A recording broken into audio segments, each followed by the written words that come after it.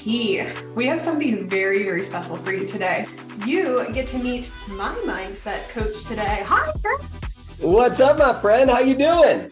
Oh, I am wonderful today. I'm so excited. I've been counting down the hours and the minutes for this. So thank you for doing this. I am super, super pumped. This is going to be great. So I was giving them just a little bit of a tease to who you are and what to expect. So this is Brad. Welcome, Brad. Hello. Is one of the big influences in my life that have put me in the mindset space and taught me so much. Brad has been such a wonderful influence. It is time you all get to meet him and he can just instill his wisdom onto you. So I can be a student today and I'm really excited about that. So thank you, Brad. Oh my goodness. I am so excited about this. And also, by the way, I want to say thank you for your patience in my voice. For some reason, right before we start a big program, my voice decides to go. So it's, I got a throat protocol. We got some tea and all that stuff. So we're good to go. But I'm so excited to add value to your group today. And in the comments, I obviously can't see the comments, but type yes if you know you're meant for so much more than what you're getting out of life right now. Like you're meant for something big, right? You're meant to create something spectacular, something amazing. I always had this feeling that I was meant to do something bigger in my life than I had before. And I grew up with so many limiting beliefs, so many fears, so many doubts, feelings like I wasn't enough, feelings like I'd never be enough, feelings like nothing you do will make you feel worthy. Things like money is hard to make. Once you have it, it disappears. And if you don't have a lot of it, you can't be happy. Things like that. And that was, that's kind of conflicting, right? It's like you want to go this way and that way and this way and that way. And when I started my adult life, I graduated college $92,000 in debt. And that was fun, right? $92,000 in debt. And at that stage of my life, what I really wanted was just financial freedom, right? I wanted to be able to choose what I did. I wanted to be able to add avocado without having to, look at the price. I wanted to do those things. And it was like, that was my singular focus. But if I'm being totally honest, what I really wanted at that stage of my life was to be the breaking point of mediocrity in my family history. I wanted to outrun my past. I wanted to feel like I had finally something to sprint towards instead of move away from. And I found online business. That was my modality. Everyone's got a different modality. Some people it might be coaching. It might be direct sales. It might be doing hair. It might be being a great parent. It's your definition of success is unique to you. For me, I wanted my vehicle in doing that to be online business. And I started an online business, and I still had a job. But there was just one challenge. Everything I tried didn't seem to work, right? I did the right scripts. I did the right tracking system. I did the 3-hour morning routine with the 18 million things. I did all this stuff, but it wasn't working. And it was working for everyone else. And I would start to get in my head. Am I just not destined to succeed? Is it not in the cards for me? It must be easier for them. What am I missing? And I would see other people's success and take it to mean that it was my failure. And then I would be that guy that was overly positive on the outside, pretending that problems didn't exist. And positivity was my coping mechanism for my own insecurities. And it was toxic. It wasn't very helpful to the life that I wanted to create. And I would get into these states of deep depression, where I'd find myself on the couch, binge eating microwave nachos at 2 p.m., downing a bottle of wine, feeling sorry for myself. And that happened for a very long time. And I would be in this interesting state where I was depressed and then pissed off at myself that I was depressed. Like, what an interesting phenomenon, right? That's where I was. And so I remember at that stage of my life, I was trying to get a business off the ground. Nothing was working. And I talked to my mentor and they were like, dude, you need a mindset coach because what you're doing right now, it ain't working. And I was like, but I'm $92,000 in debt. I can't afford a coach. Once I'm out of debt, then I'll hire a coach so I can be successful. And Jesse, my coach at the time, or my mentor at the time, told me, dude, if nothing changes, nothing changes. And so I maxed out my very last credit card. I hired a coach. And on our very first call, she said something that changed my whole life forever. I was telling her all the same things I just mentioned here. I'm doing all the right things. I'm trying so hard. It's not working for me, but it's working for everyone else. What am I missing? And she goes, Brad, you are so attached to success that you're missing the whole point. You're under the impression that you shouldn't be where you are right now. She said, Brad, business success and money is never going to lead to lasting happiness. If you want to succeed, you need to rewire your mind for success. All of the pain, all the trauma, all the things in the past that you've been through, you need to start seeing that as a beautiful gift in your life. You need to change the beliefs going on behind the scenes, or else nothing that you want will ever come to fruition. And I was resenting all of that stuff. I was resenting my existing circumstances without realizing that my existing circumstances were all I've got to work with. And that call changed my life. And I remember, okay, I got to do something about this. So I remember buying a ticket to a mindset conference thinking, you know what, I got to make a change. I'm in. And I buy the ticket to the conference. I buy the plane ticket, the hotel. It's in San Diego. But the universe is funny. Have you ever noticed that when you're about to change your life, life likes to test you to see if you're for real, if you're actually going to do it? So the month before that conference, I got fired from my corporate job. Now, keep in mind, $92,000 in debt, no savings, and now my only source of income is gone, right? Luckily, I already had that ticket. And so I fly to San Diego. I go to the grocery store to buy peanut butter and jelly because I couldn't afford eating out at the time. And I go back to my hotel room, check my bank balance like I did 100 times a day at that point. And I had overdrafted my bank account on peanut butter and jelly. Dig the knife in a little bit deeper, right? And I walk into that conference, tail between my legs. And the topic that day is all about rewiring your mind. It's all about changing your beliefs, the thought patterns going on behind the scenes of your subconscious that allow for the rest of what you want to come to life. That day, I went through a transformational experience. And, Brie's been telling everyone about the challenge that we have next week. And that's where I'll share that transformational experience and how I broke through those beliefs. It changed everything for me. And it went on to build a multi-7-figure per year business, went on to change tens of thousands of lives all over the world, bought our dream lake house. And now we have a little girl at home and never have to miss a single memory with her. Because I discovered that rewiring your mind that's the only way. It's the only way to create the success and freedom that you want. And so anyways, I am obsessed with teaching people how to do that, right? I'm obsessed with going behind the scenes of what's actually stopping someone from creating the life that they want. Because I believe if you have a different root, you have a different fruit. And most people, what they do is they go to an apple tree and they say, I want pears. And they'll tape a pear to an apple tree. And they'll look, it's a pear tree. It's not a pear tree. It's not a pear tree until you plant a pear tree, right? And so what we need to do, I'm going to draw a couple of frameworks today. I got a big fancy marker for this. And I'm going to draw a couple of frameworks today to help you with this. The first is on beliefs. The second is on identity. And the third is what I call the magnetic success formula, right? And the reason I'm going through a couple frameworks before this, and I didn't tell Brie I was going to do this, but I want to make sure that this is above and beyond value for everyone here. And so it might be a little bit longer than was planned, if that's okay with you, Brie. But is that cool if I go a little bit longer than we had planned? Oh my God, you can't see me because I have it on speaker view, but I'm over here like fist pumping and being like, oh, hell yes. So yes, God, Right, you cool. run with it. You're in charge. All right. Sounds good, my friend. So that sounds great. Well, this is just some high-level overviews of how we can transform our life. And we talked about going behind the scenes to the root, right? Well, if we ask ourselves the question, what's the potential of human beings? Most people would say unlimited. But why don't we tap into that potential, right? There's a lot of reasons why. And when we're not tapping into that potential, what do? We're told just take more action, right?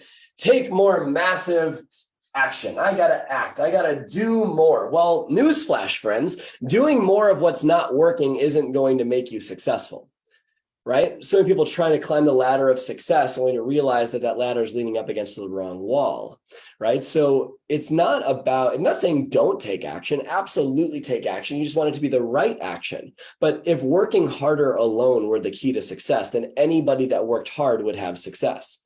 And that's clearly not the case, right? Plus, people that have an amazing quality of life. They're fully present with their kids. They're fully present with the people they love the most, and they're not working 24/7. So it's not that working harder is the key. It's that taking aligned action. And I'm going to say that aligned action with your biggest dreams. That's what's going to get you to where you want to go. But question, would you agree that the level of potential you tap into impacts the aligned action that you take? Absolutely, it does. If your level of potential you tap into is a level 2 out of 10, well, then your aligned action isn't going to be very good. In fact, you're probably going to be mistaking a lot of movement for achievement. When that happens, you find the people that write things on their to-do list that they've already done just to be successful or to feel successful, right? And so the level of potential you tap into, which, by the way, potential is unlimited, that's going to impact the action you take, the aligned action you take, the right action you take. And when you finally take the right actions in the direction of your dreams, that is what impacts your results, right? If you take the right action, it's going to impact your results. So what's the foundation of all of it? What's the foundation of all of this? What impacts our potential? What does that do to our action? And therefore results and therefore reinforces this. It's called your belief system. Beliefs.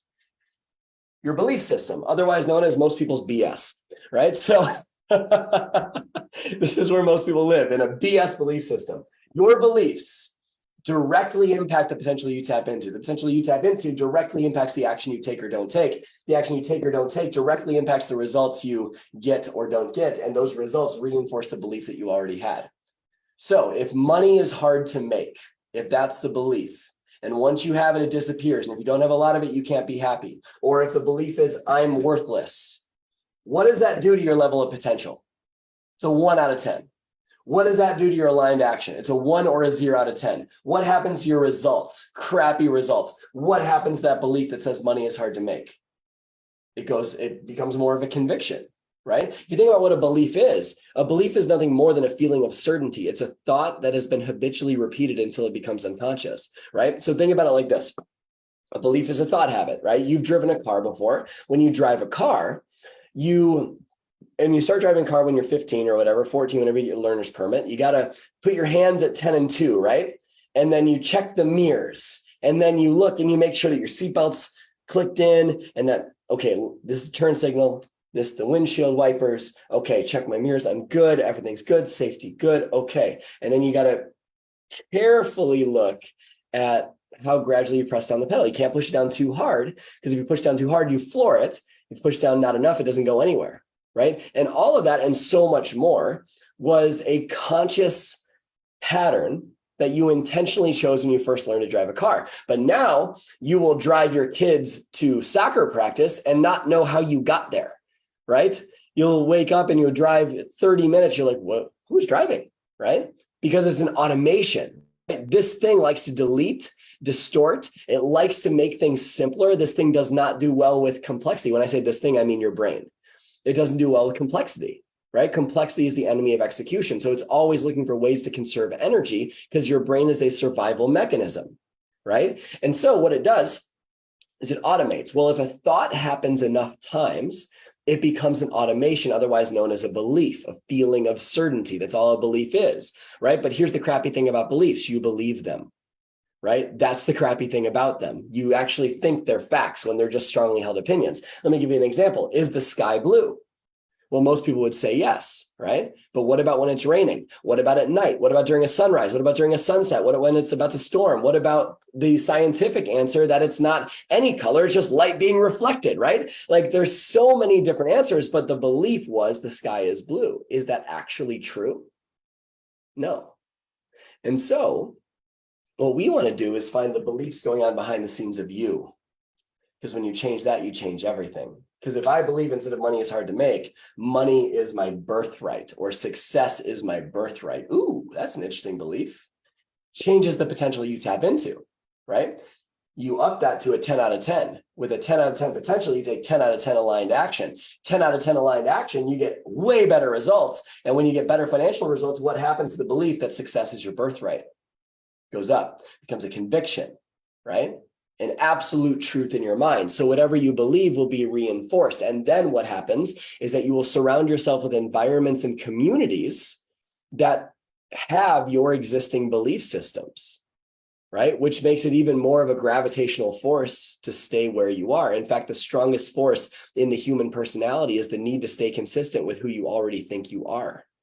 And so that means if you have a belief system that says I'm worthless or I'll never be successful, the strongest force in your life is to prove that true. That's what you're fighting against. Positive talk today, right, Brie? Positive talk. That's what you're fighting against.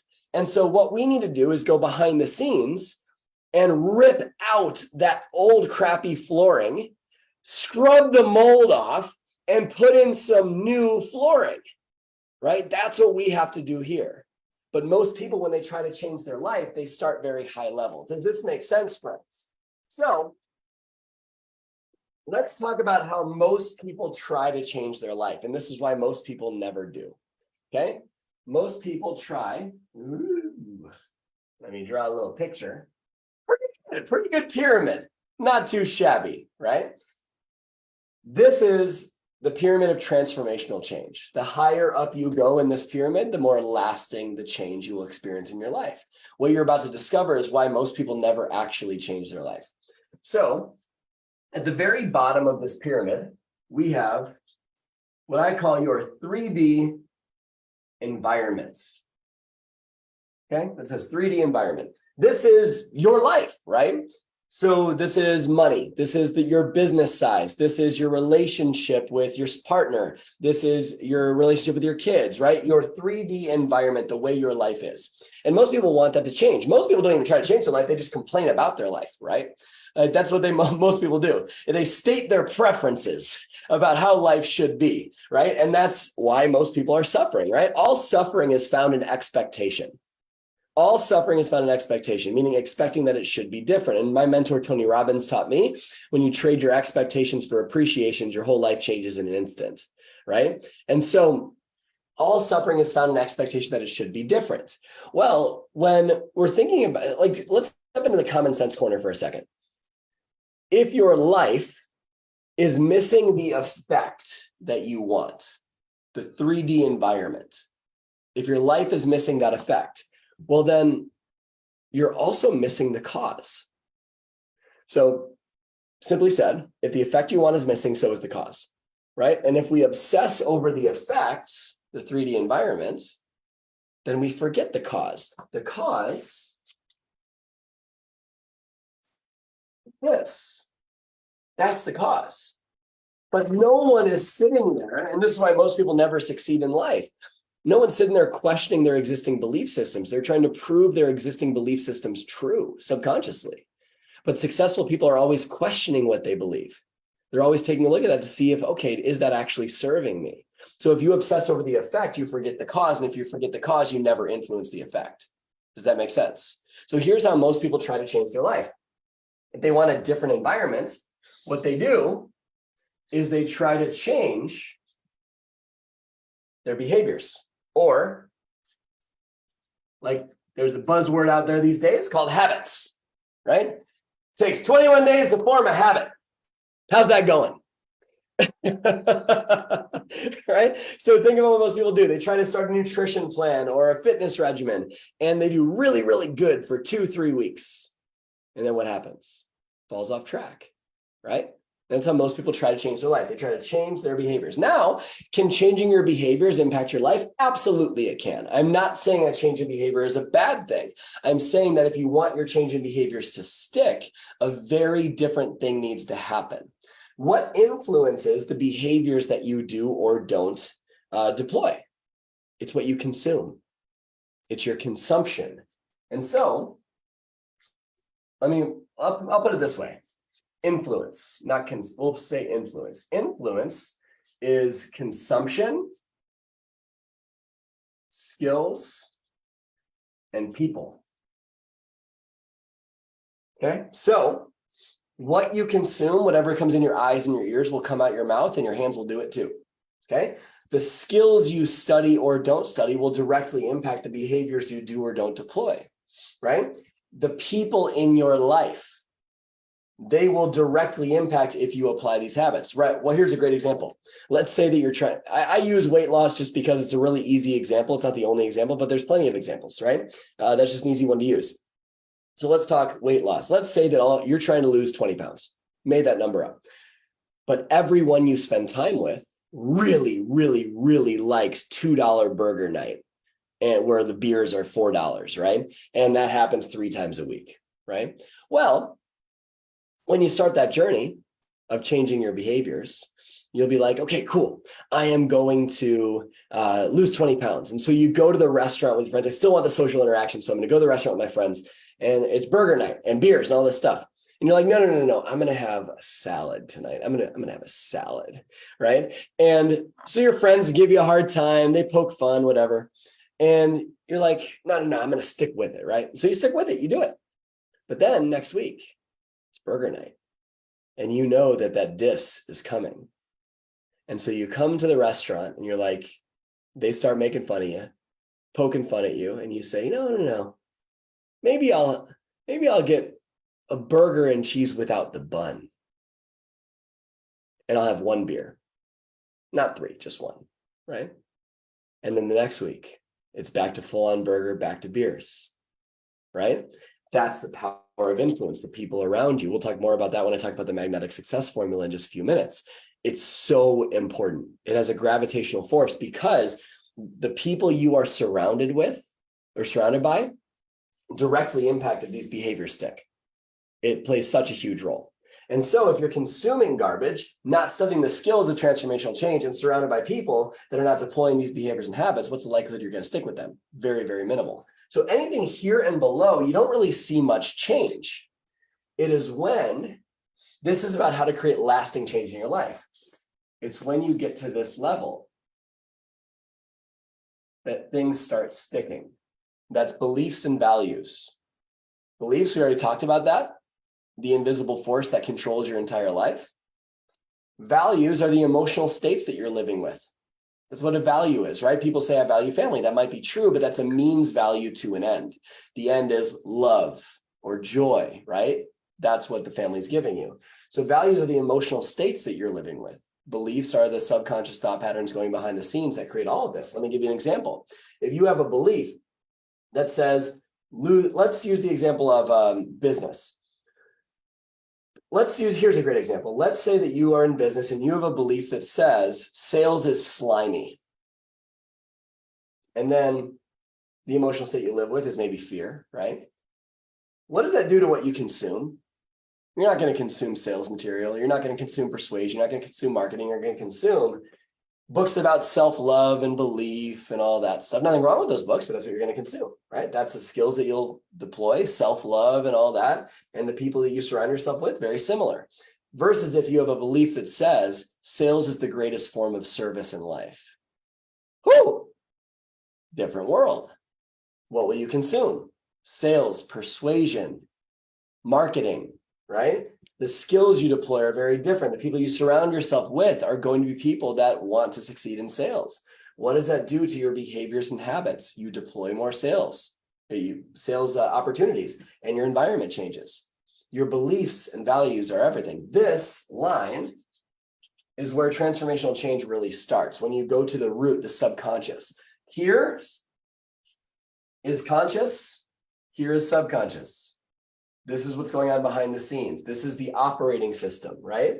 Well, what controls your beliefs and your values? Your identity, which is a belief about who you think you are. Here's an example. Let's say that I have a belief that I am a coach versus an entrepreneur. I can spell entrepreneur. I can spell, right? I can spell. That spells it. Maybe it does. I don't know. Okay. If this is your identity, everything that follows changes. Because this person's going to believe it's not about the sale. This person's going to believe it's absolutely about the sale. This person's going to surround themselves with other people that are just wanting to serve and wanting to love. They're going to check in with their existing clients, and their environment isn't going to change very much. This person's going to go out there and hunt and find new people, right? Let's use the example of, let's say, a parents versus a friend. Both are great identities. Both have very different pyramids, right? So this isn't saying that one is better than the other. That's not the point. The point is to take a look at how you label yourself and what beliefs stem from that. And if you don't change that belief, if your identity is not aligned with the vision that you want, right? Let's say that someone wants financial freedom, but their identity is not a 7-figure success story. Well, then it's not happening, right? So what we need to do is change this stuff. We need to change the subconscious patterns going on behind the scenes. I am both a coach and an entrepreneur. I am both of those things. This happens before the sale. This happens after the sale. I am both a friend and a parent. I use those in different situations. So it's not saying one is better than the other. It's just saying that you need to make sure that what is being used, your identity, is reverse engineered from the goals and dreams that you actually have. Does that make sense, friends? So I want to teach you something now called the magnetic success formula. And the focus of this is to show you how to actually start the process of doing that. How do we actually shift subconsciously so that all of this comes to life? And I'm going to draw you another picture because I like drawing pictures, right? So, how do we actually start the process of doing this? There are a few ingredients. What's inside this triangle, inside this pyramid? Is it a pyramid if it's not 3D?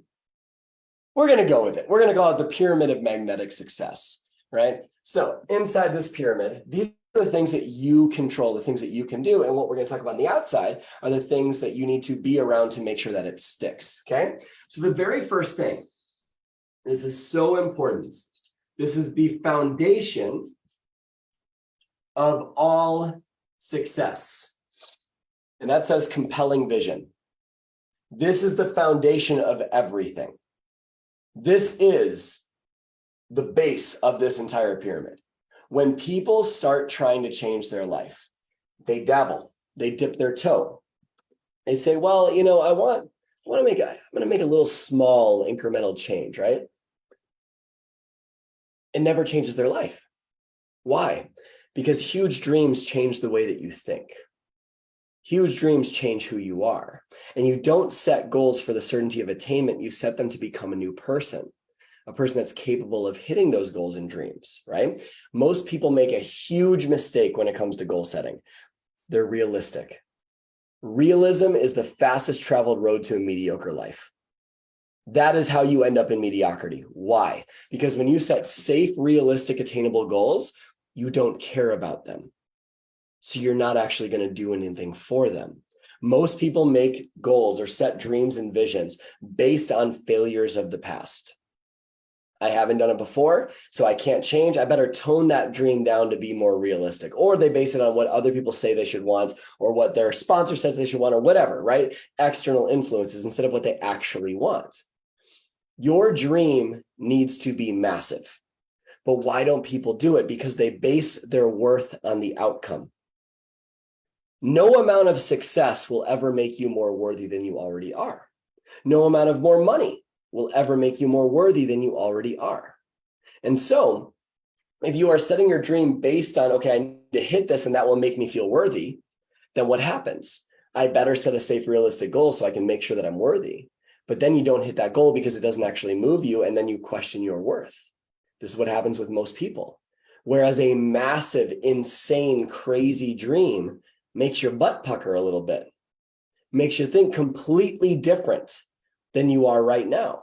That's where we want to get to. We want to get to a place where you are dreaming so big that you literally have to change to achieve it. I'm going to tell you guys something that's really important. I miss almost every goal I set. Almost every single one. So our product launches, I have never once hit a launch goal, ever. I have never once done it. And we have a multi-million-dollar per year business.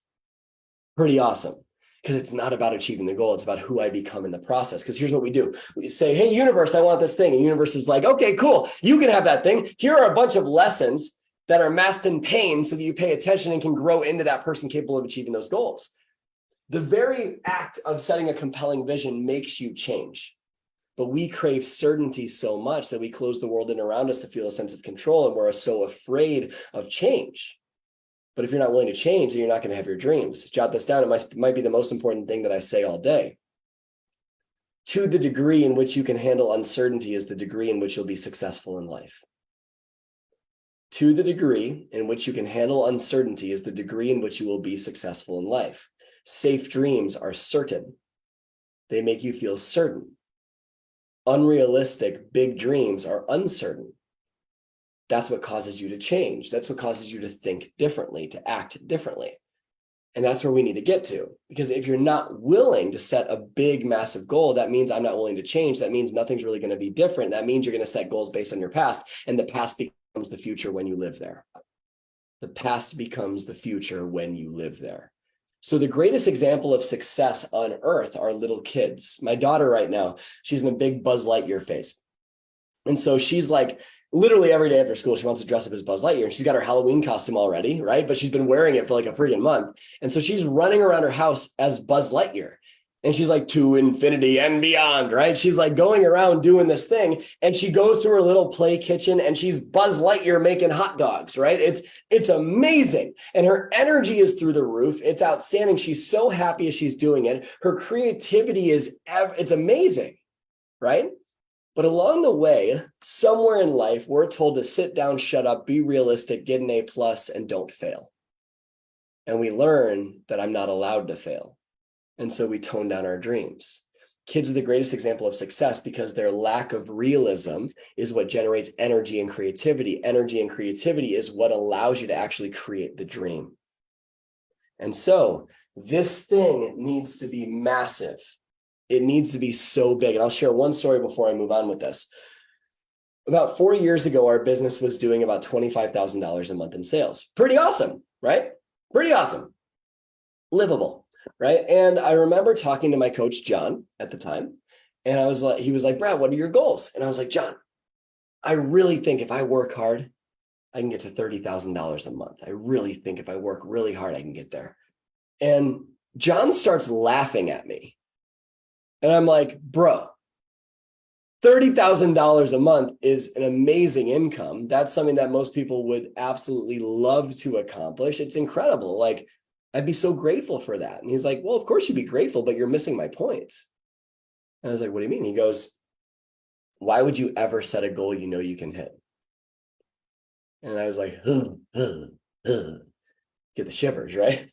He's like, you do not set goals for the certainty of attainment. You set them to become a new person, a person that's capable of hitting them. He said, what sets your soul on fire, Brad? What's the thing that makes you come alive? What's the thing that makes you go, oh my gosh, it's going to make my butt pucker a little bit? What's that goal?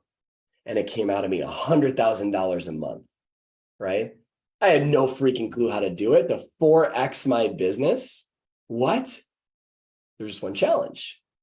My wife and I were about to have our first child, right? And when we did, it was a very traumatic childbirth. Both my girls almost died. Janice was in the hospital for a couple of weeks. It was crazy, followed by newborn life, which is bananas. Absolutely crazy. And if you're a parent, you know how that goes. But I kept remembering what John said. Like, it's not about the goal. It's about becoming the person. Live in the feelings of your wishes. What feelings do you think that goal will bring you? Freedom, joy, happiness, love, all those things. Cool. Feel that now. Live in that now. And I kept on doing that. And a couple months later, I get this crazy idea.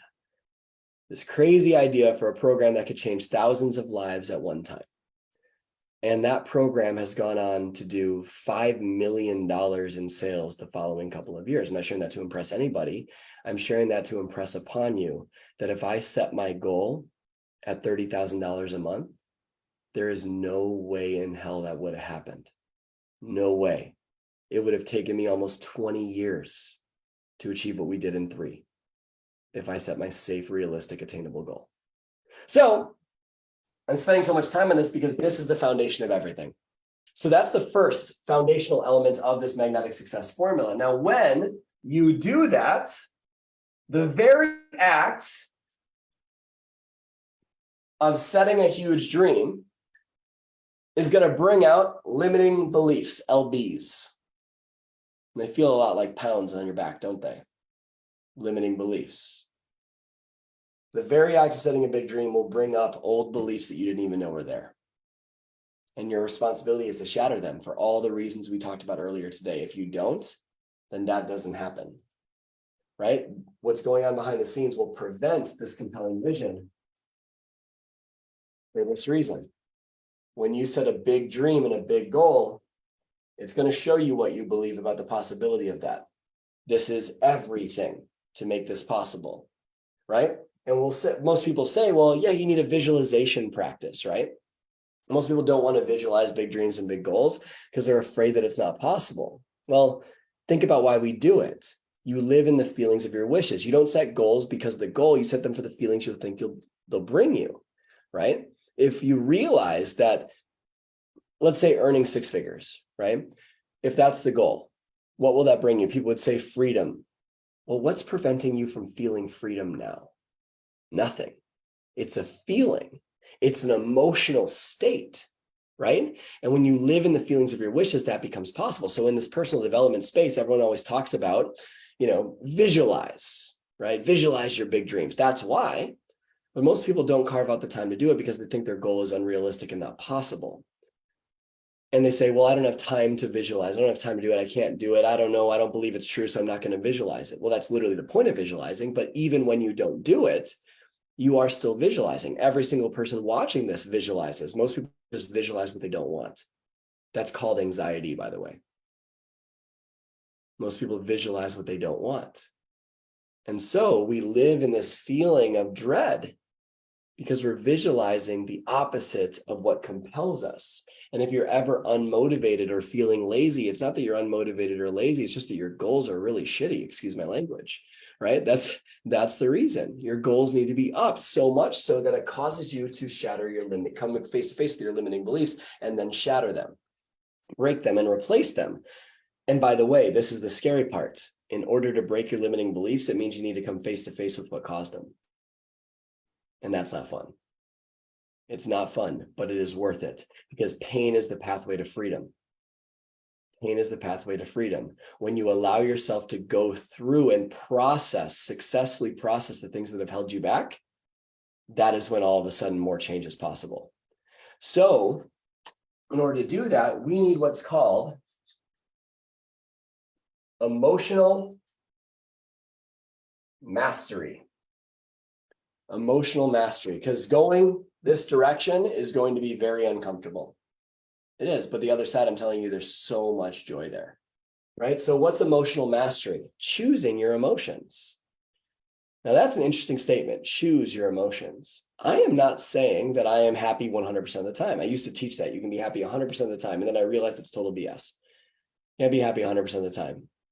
And the more you hide from uncomfortable emotions, the more they own you. And so a couple different directions I want to take this one.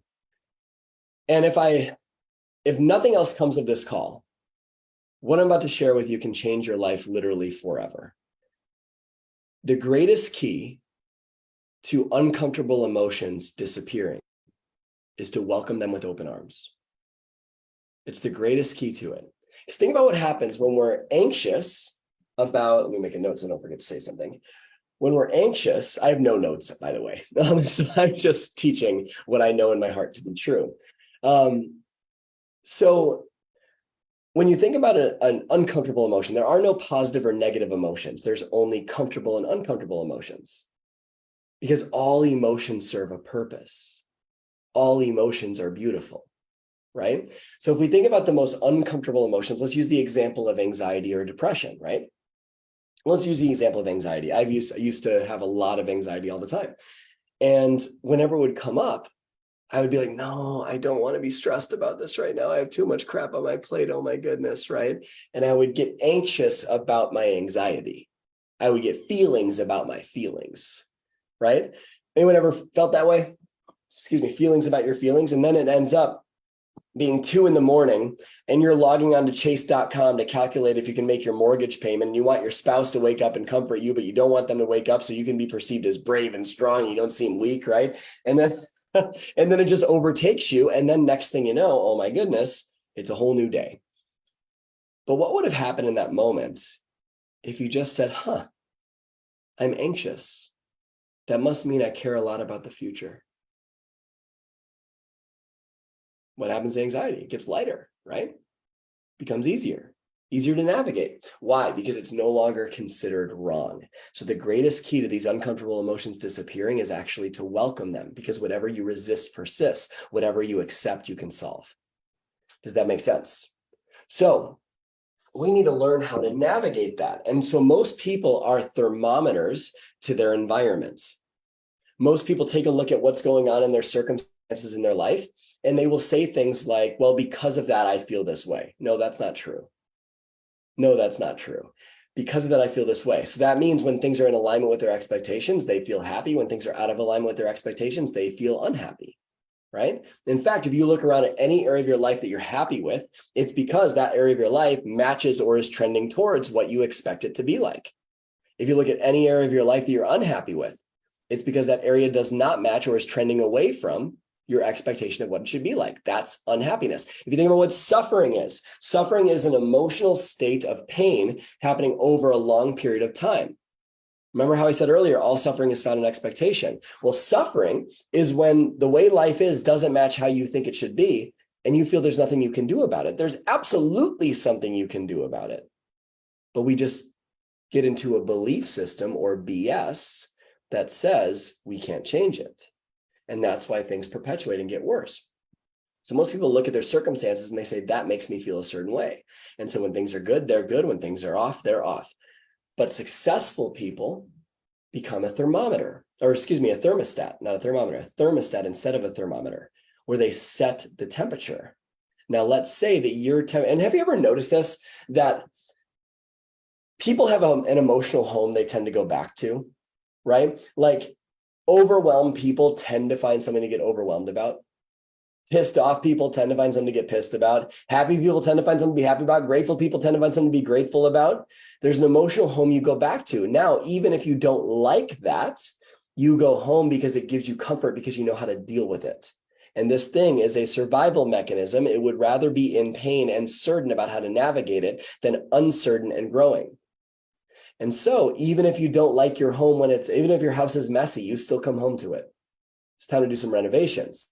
So let's say that on a scale of 0 to 100 degrees, 100 is absolute, amazing, unconditional love, deep appreciation, feelings of just incredible emotions. And 0 is total blah, right? Like deep, dark depression. Well, let's say that your thermostat is set at 65 degrees, overwhelmed, right? Let's say that that's where your thermostat's set at, overwhelmed. Well, when crap hits the fan in life, which, by the way, it's not a matter of if, it's a matter of when crises and challenges show up, right? When uncertain situations show up, and remember, to the degree in which you can handle uncertainty is the degree in which you'll be successful. But when uncertain situations come up or challenges come up, that temperature might drop down. You might feel anxiety or depression or sadness. But if your home is set at overwhelmed, the furnaces kick on, don't they? And you don't stay down there very long, the temperature raises back up to overwhelm. And you'll find your way back to what you know. But let's say that your temperature is set at 65 overwhelm, and it's a really good day. It's 100 degrees outside. What happens? The AC kicks on.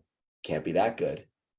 And it cools it back off down to 65. You find some to get stressed about. Successful people know how to take their thermostat and set it to the temperature that's reverse engineered from their vision. Live in the feelings of your wishes.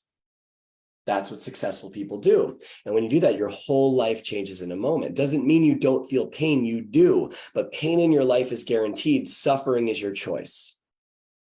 Pain in your life is guaranteed. Suffering is your choice.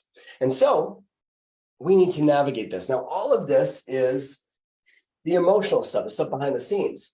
But I don't care who you are, you cannot sit there and meditate your way to success. That's not happening, right? Which is why we also need, productivity mastery. Have you ever noticed that when this stuff is out of alignment, you tend to rationalize unproductive crap? right? When all of this is out of whack, you'll write things on your to-do list you're already done. You'll do all the little things to check the boxes and move things forward, but there's this looming sense of guilt in the background because you haven't done the inconvenient things that actually create your goals, right? And you end up at the end of the day completely exhausted because you're like, oh my gosh, I've been avoiding that all day and I don't have any energy to do this. I guess I'll put it on the, agenda for tomorrow. And then you do the same thing again tomorrow. And next thing you know, it's a week later and nothing's gotten done. That's because this is out of alignment. You're rationalizing movement for achievement. You're basing your worth on checking the boxes. The amount of days that I complete what's on my list is 0. 0 days out of the week. Do I complete anything? But I start my day with what's the result I want, not what do I need to do today? What's the result I want? And so I do everything that leads to that result. And those things are the inconvenient actions that are uncomfortable. And when you do the inconvenient actions that are uncomfortable, that's what leads to the life that you really want, right? And this is where I piss a lot of people off because I'll say to-do lists are a waste of time. Because when you make a big to-do list, you're just writing a bunch of stuff down that feels urgent. But life doesn't need to be urgent. When your tasks are reverse engineered from your dreams, then you've had these days where you've checked off everything on your list and you still feel unfulfilled. And then you had the days where you haven't gotten next to anything on your list done and you feel alive. Why? Because when you were checking the boxes, you were focused on what was urgent and demanded. When you were feeling fulfilled, you were focused on what was actually important. And chances are that was the inconvenient thing. Chances are that was the thing that gets prioritized last. But when this gets aligned, you take productive action towards your dreams. This is why successful people seem to move mountains in a very short period of time when other people take forever to get up and running. Because successful people don't have to get themselves to do these things that we just do. And it becomes so much easier. And that in order to live this way on a regular basis, we want to check in with what I call vibrational alignments. Now, what's vibrational alignment? This is really, let's get a little woo for a second. Want to get woo for a second, Brie? Let's get a little woo. You've heard the phrase manifestation in this space, right? Manifest your dreams, right? And it's this big buzzword in the personal development space. You've heard things like the law of attraction, right? Both of those things are very real. But how do we actually use them? Well, law of attraction, number one, is literally just a piece of your brain called the reticular activating system, right? Its job is to fizzle out all of the crap that you're not looking for. So when you say, why am I so fat, right? As an example, you are literally attracting that because that's all you're looking for. But when you say, how can I thrive today? All of a sudden you find different ways to do that and you attract it in your life. The minute you decide what type of car you want to buy in your life, you see it everywhere. You've had this experience before. When you buy a car, you see it in every parking lot, every street corner, everywhere, because you've told your brain it's important, right? That's the science behind the law of attraction, but it's not just that.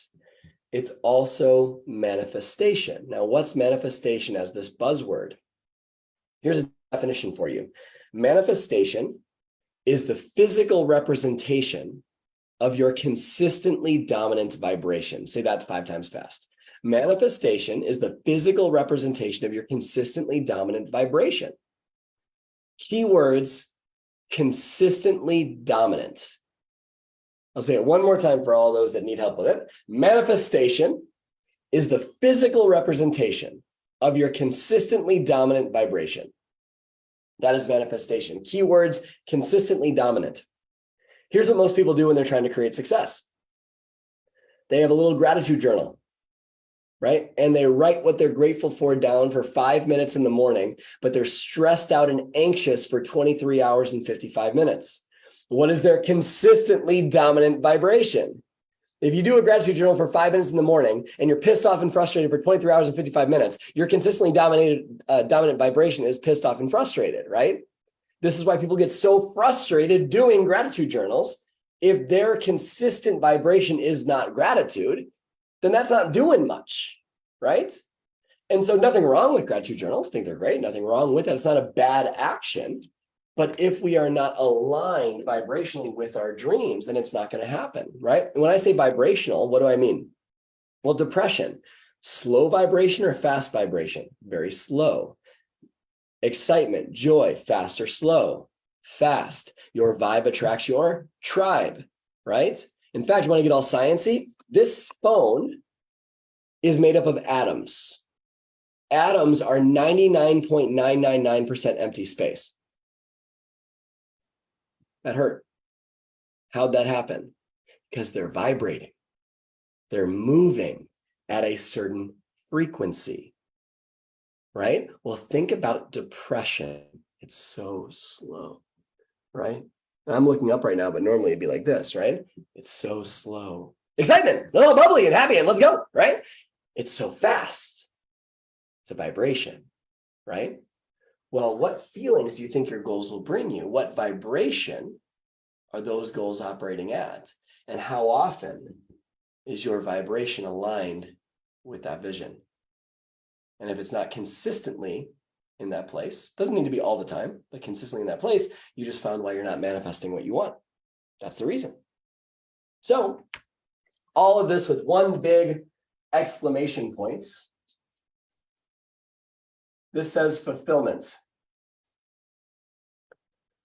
So many people climb the ladder of success without realizing that it's leaning up against the wrong wall.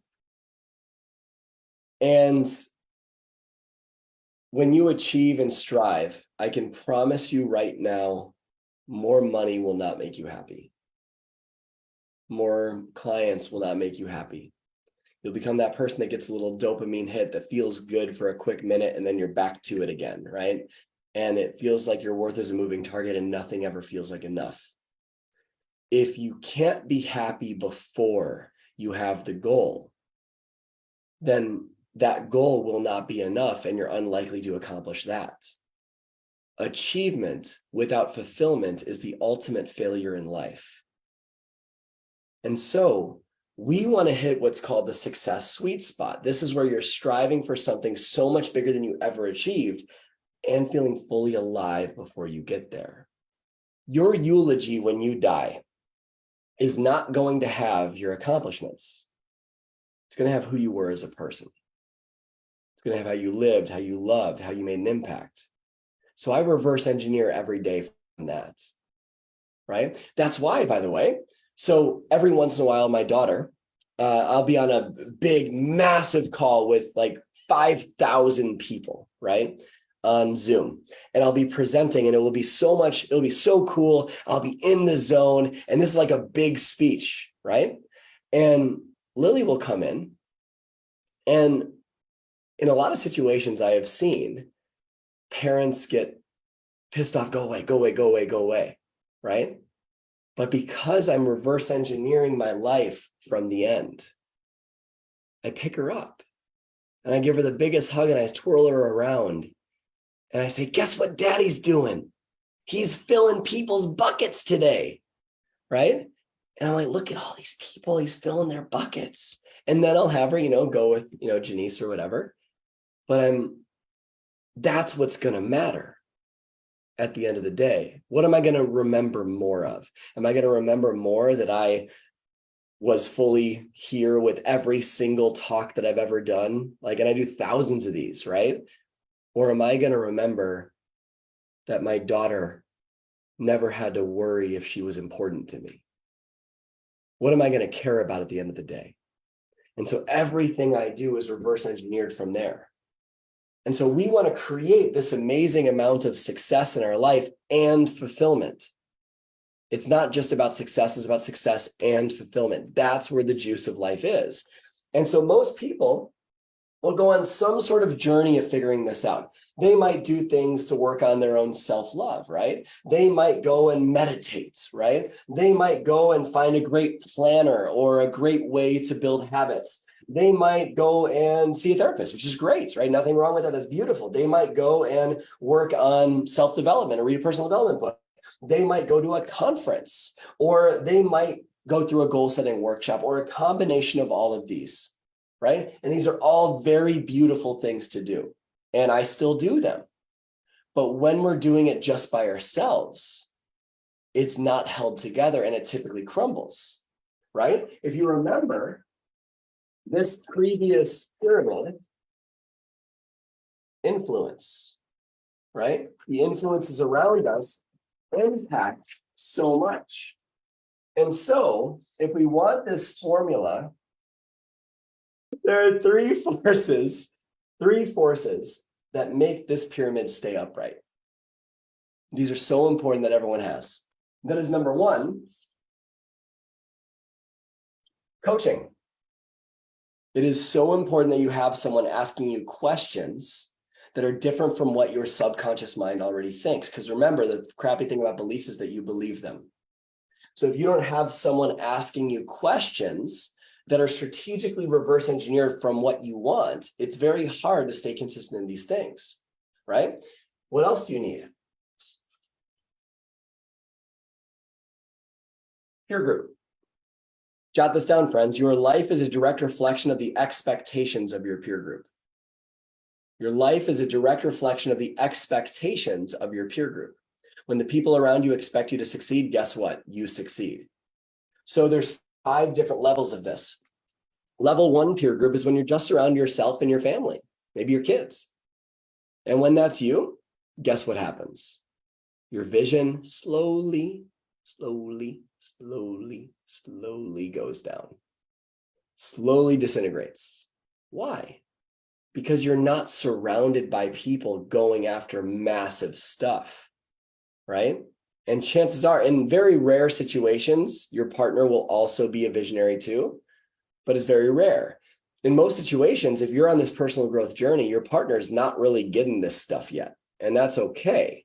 They don't need to. But if you're just around them, you'll tone your dreams down, because one of the deepest fears we have is that we won't be loved. And that if we change, we're going to lose them. And so we don't want to. And so we'll slow our dreams down. Level 2 peer group is when you have some success and accountability partners, but you typically just talk about your problems.